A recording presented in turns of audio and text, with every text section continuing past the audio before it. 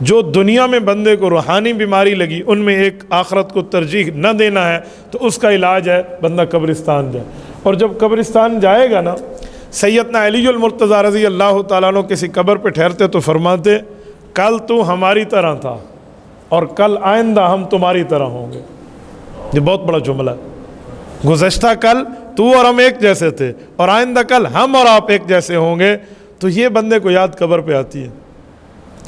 ہمارے ایک دوست ہیں، ان کے ایک جاننے والے مجھ سے ایک مرتبہ ملے. انہوں نے کہا استاد جی اسے ذرا سمجھائیں، ہر وقت گانے سنتا ہے، ہر وقت گناہ کے کام، ہر وقت بد نظری، بہت سی چیزیں.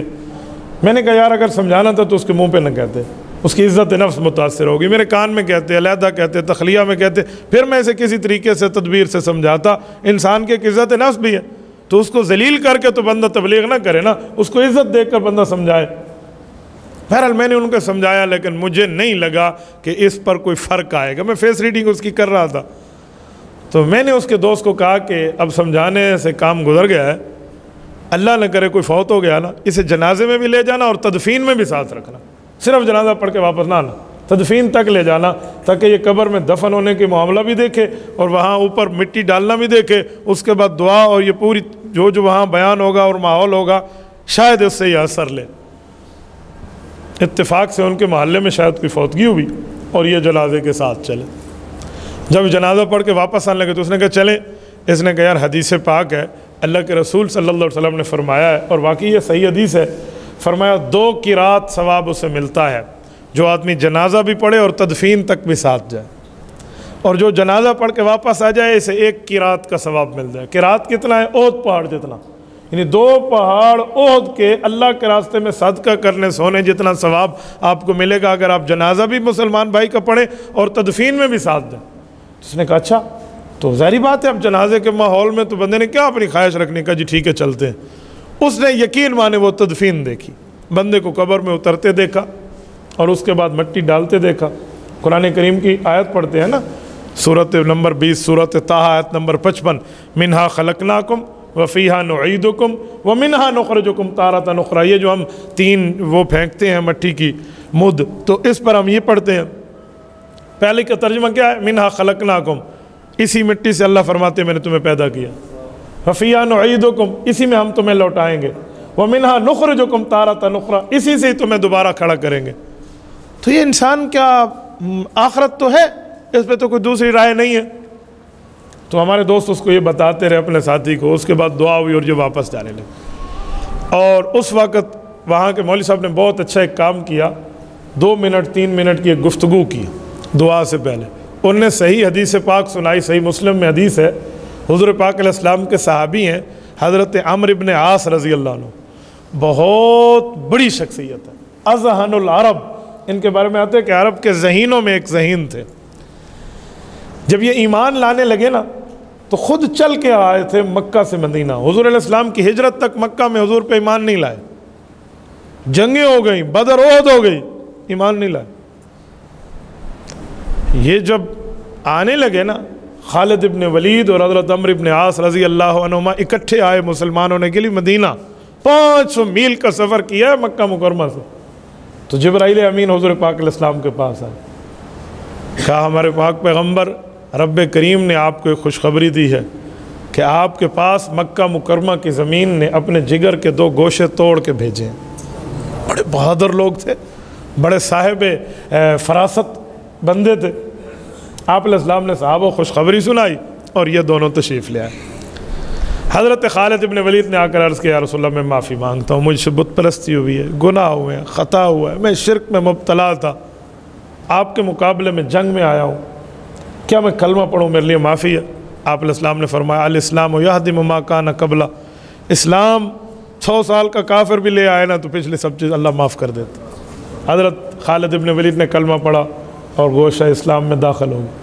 جب حضرت عمرو ابن عاص کی باری آئی نا، یہ کہتے ہیں میں نے دل میں سوچا تھا، کیا لوگ تھے، کیا ذہانت دی رب نے، کہ میں نے دل میں سوچا کہ اللہ معاف کریں گے، لیکن اگر آج میں رسول اللہ سے وعدہ لے لوں کہ ایمان تو لا رہا ہوں، گناہ میں نہیں کروں گا آج کے بعد، پچھلے گناہوں کی معافی کا وعدہ اللہ سے آپ مجھے لے کر کرائیں گے.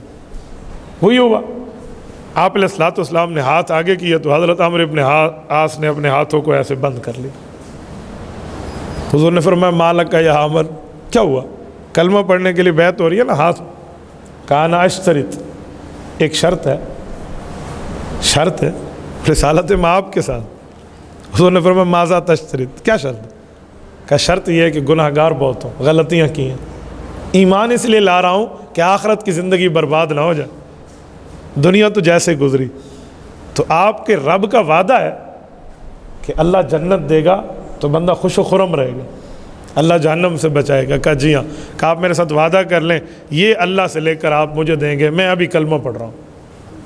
آپ علیہ السلام نے اسی جگہ وعدہ فرمایا، ایک کلمہ پڑھ کے مسلمان ہوں. اس مولوی صاحب نے اس قبر کی تدفین پر یہی حدیث سنائی کہ جب حضرت عمرو ابن عاص فوت ہو رہے تھے نا، یہ صحیح مسلم میں ہے، تو انہوں نے اپنے بیٹوں کو بلایا.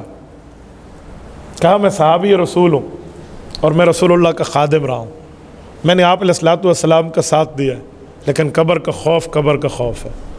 ایک کام کرنا میرے بیٹوں، جب میں قبر میں دفن ہو جاؤں نا، میری مٹی پر تھوڑا سا پانی ڈالتے وقت تم بیٹھے رہنا، اور اتنا ٹائم بیٹھ کر میرے اوپر قرآن کریم پڑھنا کہ اونٹ ذبح ہو کے تقسیم ہو جائے. اتنا ٹائم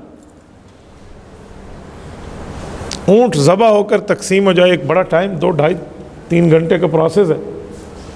کہا جی ٹھیک. ایک بیٹے نے پوچھا ابو جان آپ اتنے بڑے صحابی، اتنا بڑا درجہ آپ کا، یہ جو آپ نصیحت فرما رہے ہیں اس کی کوئی لاجک بھی ہے، کوئی وجہ بھی ہے؟ فرمایا جی ہاں. کہ رب کے فرشتے آئیں گے مجھ سے گفتگو کرنے، تمہارا اوپر بیٹھا اور ایصال ثواب کرتے رہنا مجھے طاقت اور امید دے گا جا کے میں ان کے سوال کا جواب دے سکوں. حتیٰ استأنس بکم، صحیح مسلم میں امام مسلم روایت لائیں، بیٹھے رہنا. اسی لیے حکم ہے کہ بندہ سورۃ بقرہ پڑھے. بھائی عبدالسبحان کو اللہ جزائے خیر دے، ان کے والد محترم کا انتقال پہ میں نے ان تینوں بیٹوں کو کہا تھا، میں نے کہا تم حافظ ہو، خوش قسمت ہو، تمہارے والد دنیا سے گئے ہیں تو 3 بیٹے قرآن کریم کے حافظ ہیں. تم بیٹھ کر سورۃ بقرہ پوری پڑھنا، اٹھنا نہیں. تو بڑی خوش قسمتی ہے حضرت. جانا تو سب نے ہے دنیا سے، لیکن بندہ ایسا جو ہے نا کیا کہتے ہیں ماحول لے کر جائے کہ پیچھے پڑھنے والے بھی بیٹھے ہوں تو آخرت میں تو وہاں تدفین پر مولانا نے یہ حدیث سنائی. تو مجھے وہ دوست کہہ رہے تھے کہ ہمارے ساتھی نے جب یہ سنا نا اور وہاں سے واپس پلٹے تو اس کا دل دنیا سے پلٹ گیا. 2-4 دنوں میں وہ اسے کال کر کے کہتا تھا کہ بھائی نماز میں کٹھے ہی چلیں گے فلاں جگہ. شروع میں مسجد ہے نا، تھوڑی سی جھجک محسوس کرتا ہے، تو ایستا ایستا اللہ نے اسے ہدایت دی ہے اور رب العزت نے اس کی ہدایت کو قبول فرمایا. تو یہ موت ایسی چیز ہے، موت کے معاملات ایسی چیز ہیں، قبر و آخرت ایسی چیز ہے. تبھی تو اللہ کے رسول نے فرمایا فَإِنَّهَا تُذَكِّرُ الْآخِرَةَ، تم قبرستان جاؤ گے آخرت کی یاد تمہیں آئے گی. تبارك الذي نزل الفرقان على عبده ليكون للعالمين نذيرا.